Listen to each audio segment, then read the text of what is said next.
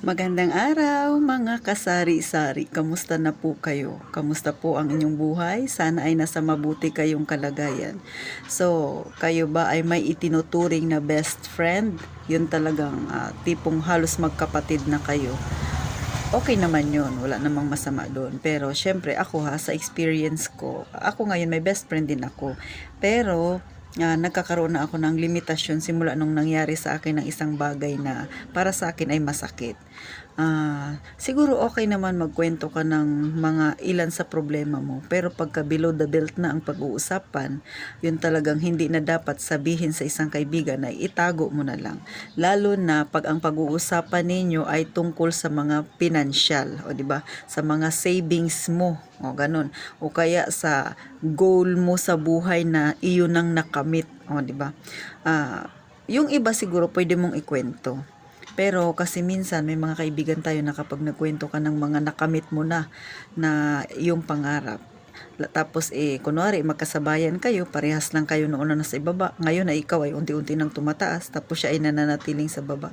Minsan iba yung interpretation niya doon sa sinasabi mo sa kanya.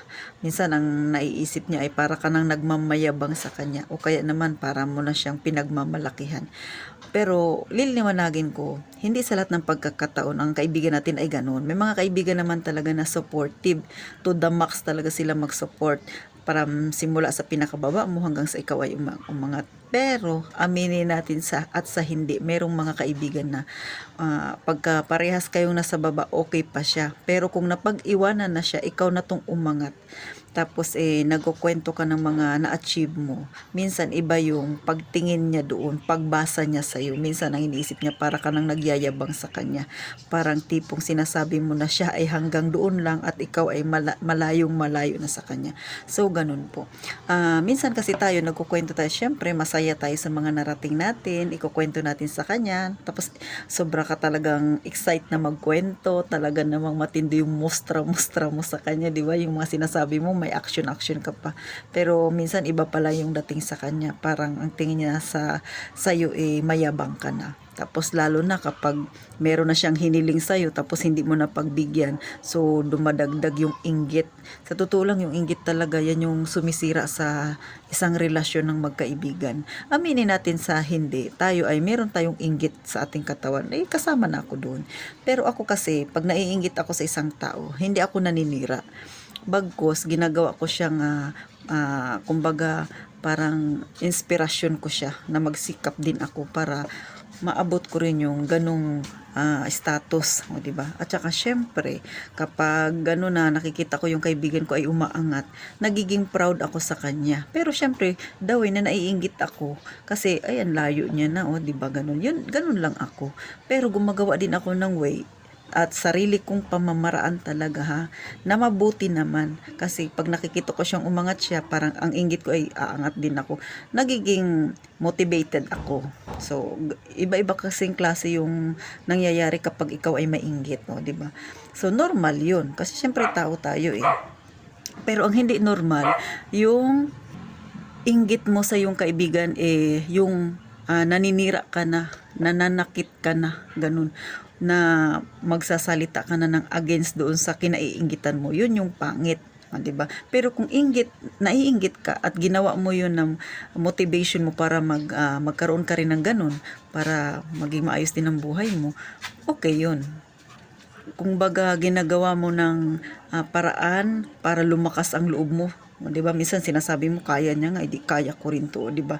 So ganun, maganda yung ganun ang dating ng inggit sa iyo. Sa iba nating mga kaibigan, hindi ganun. Nagigets niyo ba mga kasari yung ibig kong sabihin? So, ganun. Ako na-experience ko yan. Mayroon akong kaibigan na ganun. So, sabay kaming nangarap, sabay kaming ito yung gagawin namin. Tapos nung medyo paunti-unti kang umaangat, hindi ka pa nga umaangat, paunti-unti pa lang doon, nagkaroon na ng issue. Tapos pag nagkukwento na ako sa kanya ng aking achieve, uy, ganito ba, ganyan, ganyan, di ba, masaya ka siya no reaction, tapos nakatingin lang siya sa'yo, masama yung tingin niya, hindi mo alam kung ano rin ang magiging reaction mo sa ginagawa niya, di ba, nagkukwento ka, tapos siya parang wala lang. So kapag nakita mo na gano'n na yung reaksyon ng kaibigan mo, maghinay-hinay ka na sa pagkukwento. Kasi dalawa lang yan, maaaring nakikinig siya sa'yo ng mabuti o maaaring naiinis na siya sa'yo. Ito naman mga kasari, hindi ko naman sinasabi na lahat ng kaibigan ay ganito ha. Ito ay kinikwento ko sa'yo yung aking sariling experience sa aking kaibigan. So, ganun. Kaya naglaylo ako. Tapos yun, may narinig na ako ng mga kwento na ginagawa niya sa akin. Kasi ako ay nakapagkwento ng aking mga sekreto, talaga mga malulupit na sekreto sa kanya. So, lumabas yun. O, diba? Eh, siya lang naman ang nakakalam ng ganun sekreto. So, ganun. Masakit kasi nga, pinagkatiwalaan ko siya. Tapos, expected ko sa mga pangarap, magiging kasama ko siya. Although, ako yung unti-unting nakakarating doon sa pangarap. Tapos, siya itong medyo napag-iiwanan. Pero sa totoo lang, ngayon naman nakikita ko naman na naabot niya na rin yung mga pangarap niya. Pero syempre, hindi naman lahat ng pangarap natin ay natutupad. Katulad ako, may mga failure din ako sa buhay. Pero, depende naman sa atin yun kung paano natin haharapin yung buhay na hamon sa atin. 'Di ba? Merong negative, merong positive. Pero, sabi ko nga, lagi lang tayong maging positive kahit ano pang mangyari, 'di ba? Kung may mga hindi man kaiga-igayang nangyayari sa ating buhay, isa lang 'yan sa mga pagsubok. Kasi syempre normal 'yan, tao tayo eh. Minsan yung pagsubok na 'yan nagiging hamon sa atin para mas maging matatag tayo. Kaya hindi natin dapat i-treasure na lahat ng nangyayari ay negative na, 'di ba? Isipin din natin na yung ginto nga para mapatunayan siya ay ginto, 'di ba? Dumadaan mo na sa apoy. So yung tao ganun din. Para ka maging successful, pagdadaanan mo rin yung maraming trial and error, 'di ba? Ganun mga kasari. Pero sa ngayon, kaming magkaibigan ay okay na din. Pero iba na talaga yung may pinagdaanan na may bitak na yung pagkakaibigan namin. Kaya yun ang sinasabi ko na mahirap na ako magtiwala sa isang tao kasi nangyari na sa akin. Kaya ayoko nang magkwento ulit ng mga bagay, lalo na pag sa pinansyal, ganun. Kasi pag nagkwento ka na ganito ganyan tapos biglang lalapit sa hindi mo napahiram, ayan, may masasabi na, 'di ba? Sasabihan ka na, nagkaroon ka lang nito, yumabang ka na, naabot mo lang yung ganito, kala mo kung sino ka na. So, syempre, pag dumating yun sa'yo, sasama din yung loob mo, makakapagsalita ka rin ng masakit. So, ikaw na lang yung mag-adjust, huwag ka na lang magkukwento tungkol sa kung ano ang meron ka. O, diba? Kaya minsan ako, pag nakikita ko yung mga kaibigan ko, tapos nagsasabi sa akin na, uy, ganito, ganyan, ganyan ko, ay, wala, ganun pa rin ako, diba?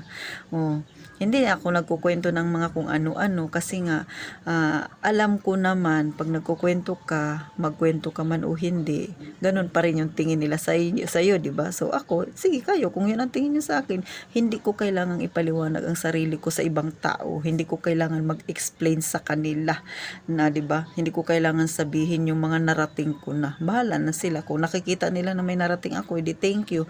Kung may masabi sila na hindi maganda, edi bahala sila, thank you pa rin. Di ba? So, gano'n na lang ako mga kasari. Hindi ko na ini-stress yung sarili ko. Kasi nga, naglagay na ako ng boundary para sa mga kaibigan ko. Ang akin ngayon ay ayusin yung buhay ko, magkaroon ng magandang hinaharap, 'di ba? At saka yung mga pangarap ko, hindi ko man lahat makamit, at least unti-unti kong ginagawa para may marating ako. Gano'n na lang yung nilalagay ko sa isip ko mga kasari. Kasi sa totoo lang, ang tao ay mahirap i-please. 'Di ba? Alam natin 'yan kahit siguro kayo, 'di ba? May mga kaibigan kayong ganyan. Minsan kahit ano ang pakisama ninyo sa kanila, meron at meron pa rin yang masasabing hindi maganda against sa inyo. So, kaya ingat tayo sa pagsasalita natin, lalo na pagtungkol sa pinansyal. Kasi ganun nga, pag hindi mo na pagbigyan, may masasabi sa yung hindi maganda. Kaya ngayon, may mga kaibigan ako na totoo, iilan-ilan na lang sila. Tapos marami pa rin akong masasabi ko na yung kaibigan, pero nag-set ako ng boundaries. At yung mga best friend ko talaga, nabibilang na lang sila sa mga daliri ko, kasari. Kasi nag-iingat na lang din ako. So, kung kayo mga kasari ay marami ng ipon, may mga savings na talaga kayo, may emergency fund, lahat kompleto na, mas mainam huwag kayong magkukwento sa inyong mga kaibigan. Iwasan natin, lalo na pagtungkol sa pera. Okay lang yung mga ilang achievement natin, pero pag bandang doon, pera na ang pinag-uusapan, iwasan na lang ang magkwento. Kasi baka masubok ang inyong pagiging magkaibigan, ang inyong pagiging magbeshi. O, diba? So, sa akin, ganun yung aking ginagawa mga kasari. Hindi na ako nagkukwento. At kung mayroon man silang mapansin sa akin, nginingitian ko na lang. Minsan nagde-deny ako, ay ganito, ganyan, ganyan, na gumagawa na lang ako ng paraan para hindi mapagkwentuhan yung mga ganong bagay, kasi nga ayaw kong dumating sa point na magkaroon na naman ako din ng kasamaang loob ng dahil lang sa isang kwentuhan na hindi naman sinasadya, tapos ang tingin niya sa'yo ay ganun na. So kayo, nasa sa inyo pa rin po, pero ito sa akin ay napagdaanan ko, kinikwento ko lang, pero alam ko yung iba niya napagdaanan din yung mga ganitong istorya ng buhay, lalo na sa mga beshi nila dyan. Di ba mga kasari, ganun talaga ang buhay, lalo na kung may negosyo ka na. Katulad sa akin noon, parehas kami noon ng mga empleyado, tapos ngayon may negosyo na ako. Isa yun sa mga napansin ko, mga kasari-sari. Sa totoo lang, nung empleyado pa ako, may mga kaibigan din ako. Pero nung umuwi na ako dito sa amin, sa puerto, tapos nagtindahan na ako, yung mga kaibigan ko na akala ko talaga ay kaibigan, nangawala sila. Tapos nasa sa kanila naman yun. Tapos lalo na nung nagbablog ako. Sabi ko nga sa inyo, ang susuporta sa iyo ay yung mga hindi mo pa kilala, yung mga hindi mo kaano-ano, na hindi mo pa man lang nakita sa tanang buhay mo, sila yung sumusuporta sa iyo. Pero yung mga kaibigan mo, kung may susuporta man yan, iilan lang yan, bilang na bilang. Lalo na nung nag-umpisa kasi ako sa FB page, so may page ako. So may napansin akong kaibigan kong sumuporta, ilan lang sila. Pero ako naman, hindi ko naman ikinasasama ng loob yun. Pero ganun siguro talaga ang buhay. Mas lalo na nga nito na may YouTube na ako, ganun. Sa akin naman, sinishare ko lang sa inyo yung mga experience ko, kasi maaring kapulutan ninyo ng aral ito. Tsaka yung iba, alam ko na experience nila ito. So kung kayo, dinadaanan ninyo yung pinagdaanan ko rin ng mga kaibigan na may ganyan tayong kaibigan, hayaan nyo na lang. Huwag nyo masyadong dibdibin, huwag nyo masyadong pansinin, kasi makakadagdag lang yan ng stress sa inyo. Mag-focus lang kayo sa kung ano yung goal ninyo, tapos huwag kayo magkukwento ng mga na-achieve nyo na. Ako kasi ganun na lang ginagawa ko. Kasi nga, nung empleyado pa ako, okay pa kami. Pero nung nagkaroon ako ng sarili kong negosyo, ayun nakakaalaman na ng tunay na ugali, kasi iniisip nila na para kang unti-unti ka ng na-achieve mo yung gusto mo, unti-unti ka nang nakakaalwa sa buhay. So, ganun po mga kasari. Hindi ko lang alam sa inyo kung nangyayari din yan. Pero sa mga nakakaranas nito, alam nila ang ibig kong sabihin. Di ba mga kasari? So, thank you sa inyong panonood. Sana ay may napulot kayong aral sa aking maikling na share na kwento. At saka sa mga nakakaranas nito, ipag-pray nyo na lang yung mga taong ganito yung pag-iisip, may inggit sa inyo, di ba? Tapos ginagawan kayo ng kwento, hayaan nyo na lang sila. Mas maigi, tahimik na lang tayo. So ganun po mga kasari. So thank you po muli sa inyong pagsuporta at sa inyong panunood. Maging matatag lang tayo, at saka syempre wag tayong paaabala sa mga ganyang klaseng kaibigan. So mag-iingat kayong palagi mga kasari, at huwag kalimutan mag-subscribe sa aking maliit na channel para sama-sama tayong magkwentuhan, sama-sama tayong resolbahin ang mga maliliit na issue sa ating tindahan, sa ating buhay, sa mga nakakaranas ng ganitong pagsubok. So mag-iingat kayong palagi mga kasari.